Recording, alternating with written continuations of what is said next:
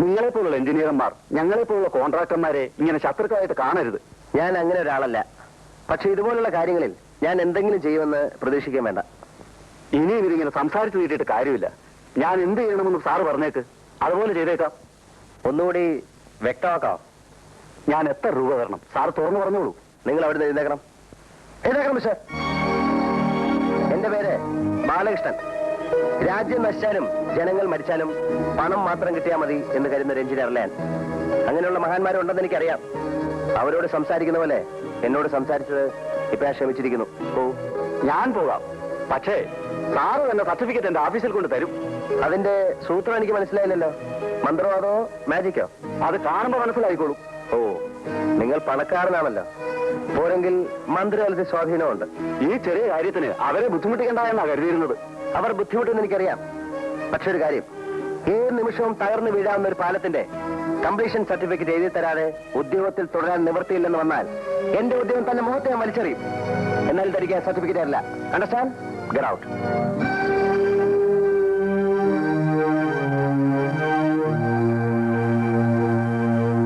ആ കിളവ് പോകുന്നതുവരെ സൂക്ഷിക്കണേ വേണോട്ടാ. അവരെന്താ ഇപ്പൊ ഇങ്ങോട്ട് കെട്ടിയെടുത്തത്? ഏത് സമയത്ത് എവിടെയാണ് ഓടിക്കേറി വരുന്നതെന്ന് നിശ്ചയിക്കാൻ പറ്റില്ല. സർവത്ര ഭരണമല്ലേ. നമ്മളെ ഒരുമിച്ച് കണ്ടാ മതി, ഉടനെ അമ്മയടുത്ത് വിസ്താരം തുടങ്ങും. വേണുവേട്ടന്റെ മുഖത്ത് പോലും നോക്കരുതെന്നാ അമ്മ പറഞ്ഞിരിക്കുന്നത്. പക്ഷേ അമ്മാവനെതിരില്ലെന്ന് എനിക്കറിയാം. അച്ഛൻ പാവല്ലേ വേണുവേട്ടാ. ഈ അമ്മയാണൊരു നാശം. വേണുവേട്ടൻ ഇവിടെ വിളിച്ചു നിർത്തിയിരിക്കുന്നത് പോലും അമ്മയ്ക്കെതിരാ. ആരെതിർത്താലും രാധേച്ചെന്നെ ഇഷ്ടമാണെങ്കിൽ. അനാവശ്യം പറയുന്നോ? അടിച്ചു കർണത്തെ പല്ലെടുത്ത് കളഞ്ഞ് എന്നെ പറ്റി എന്ത് വിചാരിച്ചു? എടിയോ? എന്താ എടി മോടി എന്നൊക്കെ വീട്ടിലാരെങ്കിലും ഉണ്ടെങ്കിൽ അവരെ വിളിച്ചാൽ മതി, എന്നെ വിളിക്കാൻ പറ്റില്ല. എന്താ മോളെ, എന്തുണ്ടായി? ആന്റി, ഇയാൾ എന്നെ എടി പെണ്ണേന്ന് വിളിച്ചിരിക്കുന്നു. എടിയെന്ന് വിളിക്കാൻ ഇയാൾ എന്റെ ആരാ? അടങ്ങ് മോളെ, ഞാൻ ചോദിക്കാമല്ലോ. എന്താടാ ഉണ്ടായത്? എടി പെണ്ണെന്നൊന്നും ഞാൻ വിളിച്ചില്ല. ആഹാ, വിളിച്ചില്ലേ? മോളോട് സമാധാനമായിട്ട് നിൽക്കാൻ പറഞ്ഞില്ലേ? താൻ പിന്നെ എന്താ വിളിച്ചത്? ചീത്തയൊന്നും വിളിച്ചില്ല. എടി പെണ്ണെ, അടുക്കളയിൽ നിന്നെന്തോ ഒരു പുതിയ പരിഷ്കാരം, ആകെ ഒരു ഐശ്വര്യം ഉണ്ടല്ലോ. എന്താ കാര്യം?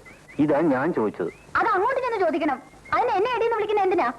പോട്ടെ, സാരമില്ല, ക്ഷമിച്ചു വേള മോളെ. താനെങ്ങോട്ടാ? ഞാൻ എസ്റ്റേറ്റിൽ പോയി ഇറങ്ങിയതാ. എങ്കിൽ പോണം. പോകാനാണ് പറഞ്ഞത്. മോളെ, ആൺകുട്ടികളോട് ഇങ്ങനൊന്നും സംസാരിക്കരുത്. എനിക്ക് ആ ജന്തുവിന് ഇഷ്ടമേ അല്ല. ജന്തുവോ? അങ്ങനെയൊന്നും പറയരുത്. വീട്ടിൽ ഗതിയില്ലാത്തതുകൊണ്ട് നാണമില്ലാതെ ഇവിടെ വന്ന് കിടക്കുന്നു. ശാപം. നോ നോ നോ നോ, പെൺകുട്ടികൾ ഇങ്ങനെയൊന്നും പറഞ്ഞു പഠിക്കരുത് കേട്ടോ. വരൂ, come on. An early reply will highly be appreciated. Yours truly, etc. etc. ഇന്ന് തന്നെ പോസ്റ്റ് ചെയ്യാനാണ് വേഗം ടൈപ്പ് ചെയ്തോണ്ടിരും.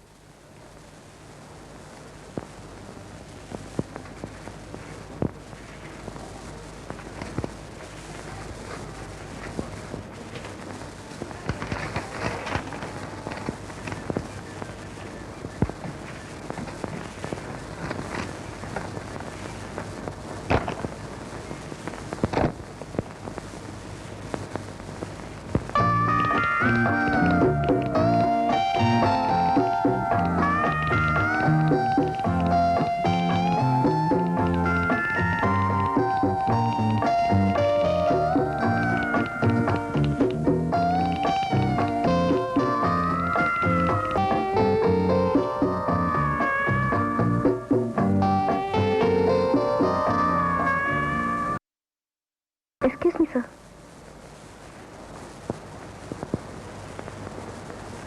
നിങ്ങളുടെ അച്ഛൻ പറഞ്ഞത് ശരിയാണ്. നിങ്ങൾ എനിക്ക് തലവേദന ഉണ്ടാക്കില്ല. എല്ലാം ഭംഗിയായിരിക്കുന്നു. Very good, keep it up. Thank you, sir. എനിക്ക് അത്ഭുതം തോന്നുന്നു. അമ്മയ്ക്ക് ഇത്ര പെട്ടെന്ന് ഇങ്ങനെ തോന്നാൻ കാര്യം? അവൾ മിടിക്കുക മോളെ. ഇന്നാണ് അതെനിക്ക് മനസ്സിലായത്. നമ്മുടെ ബാലന് ചേരും. മോൾ എന്ത് പറയുന്നു? അമ്മയ്ക്ക് ഇഷ്ടമാണെങ്കിൽ ഇതൊരു നല്ല കാര്യമാണെന്നാ എനിക്കും തോന്നുന്നത്. ബാലനോട് കൂടി ഒന്ന് ചോദിക്കണ്ടേ? അവനോട് എന്ത് ചോദിക്കാനാ? ഞാൻ തീരുമാനിക്കും, അവൻ അനുസരിക്കും. അല്ലാതെന്താ? തമ്പിയോട് ഇന്ന് സംസാരിച്ചാലോ? അത് വേണ്ട അമ്മേ. ബിന്ദുവിന്റെ അച്ഛനോട് ഞാനിത് പറയാം. അങ്ങനെ അദ്ദേഹം വഴി അവരുടെ ഭാഗത്തുനിന്ന് വരട്ടെ ആലോചന. അതല്ലെന്നോ നമുക്ക് അന്തസ്. Very good. നീ ഞാൻ വിചാരിച്ച പോലെ ഒന്നല്ലല്ലോടി. നിനക്ക് ബുദ്ധിയുണ്ടല്ലോ. അങ്ങനെ തന്നെ മതി.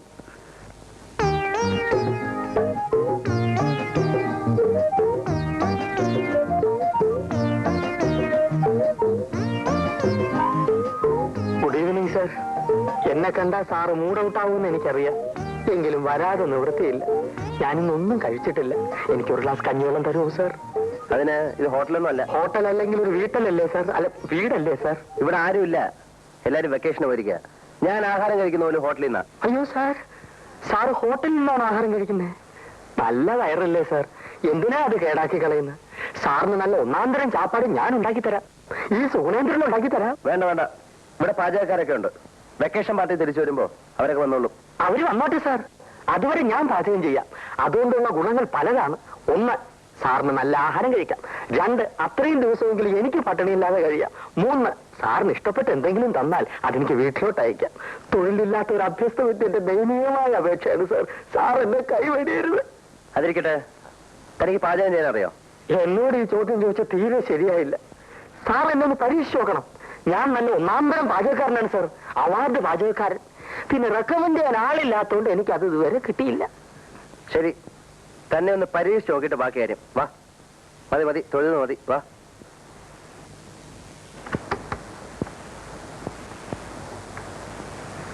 ആ, ഇതാണ് അടുക്കള. വേണ്ടതെല്ലാം ഇതിനകത്തുണ്ട്. വൈകിട്ടത്തെ ആഹാരം ശരിയാക്ക്. ചോറും കറിയും മതിയല്ലോ സാർ? മതി. ഊണ് മോശമാണെങ്കിൽ അപ്പ സ്ഥലം വിട്ടോണം. ഓക്കെ? Okay sir. സാർ ബാക്കി മുറികളെല്ലാം പൂട്ടിയിട്ട് വയ്ക്കുള്ളൂ. തിരിച്ചു വരുമ്പോഴേക്കും അത്താഴം റെഡി. ശരി. ഒരു ചമ്മന്തി അരയ്ക്കാൻ പോലും അറിയാൻ പാടില്ലാത്ത ഞാൻ എങ്ങനെ പാചകം ചെയ്യും? എന്റെ ഗുരുവായൂരപ്പാ, ഈ പരീക്ഷണത്തിൽ നീ എന്നെ കൈവടിയരുതേ.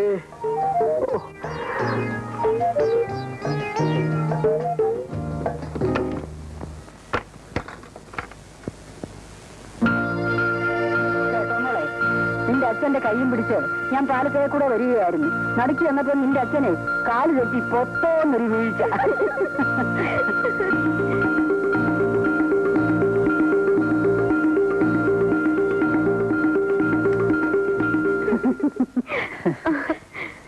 എന്നെ രക്ഷിക്കണം, ഈശ്വരനോട് തന്നെ രക്ഷിക്കണം. നിങ്ങൾ ആരാ? ഞാൻ സുഗുണേന്ദ്രൻ. എന്തുണ്ടായി?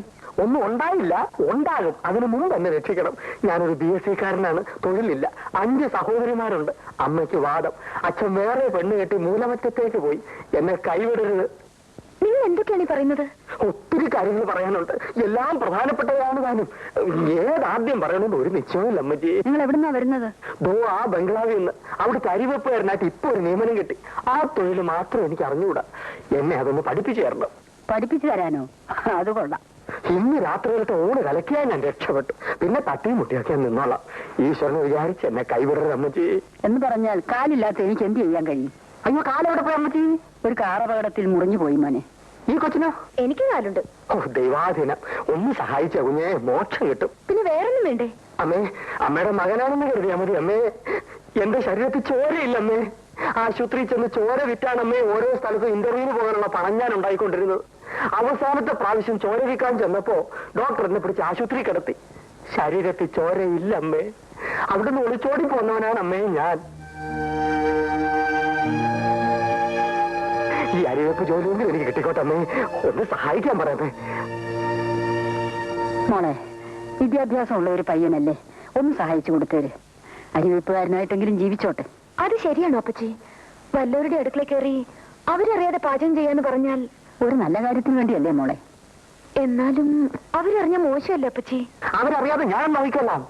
സാറ് കളി കഴിഞ്ഞ് വരുന്നതിന് മുമ്പേ കുഞ്ഞിരിഞ്ഞ് പോരാം. ഒന്ന് സഹായിക്കുഞ്ഞേ പ്ലീസ്. ചെല്ല് മോളെ, ഇനി എന്തായാലും മടിയൊന്നും പറയണ്ട, ചെല്ലേ. എനിക്ക് തീരെ ഇഷ്ടമുള്ള കാര്യമില്ല. എന്നാലും അപ്പച്ചി നിർബന്ധിക്കുന്നോണ്ട് ഞാൻ പോകാം. ഓ എന്റെ ഗുരുവായൂരപ്പാ, വന്നട്ടെ വന്നട്ടെ. ചെല്ലേ.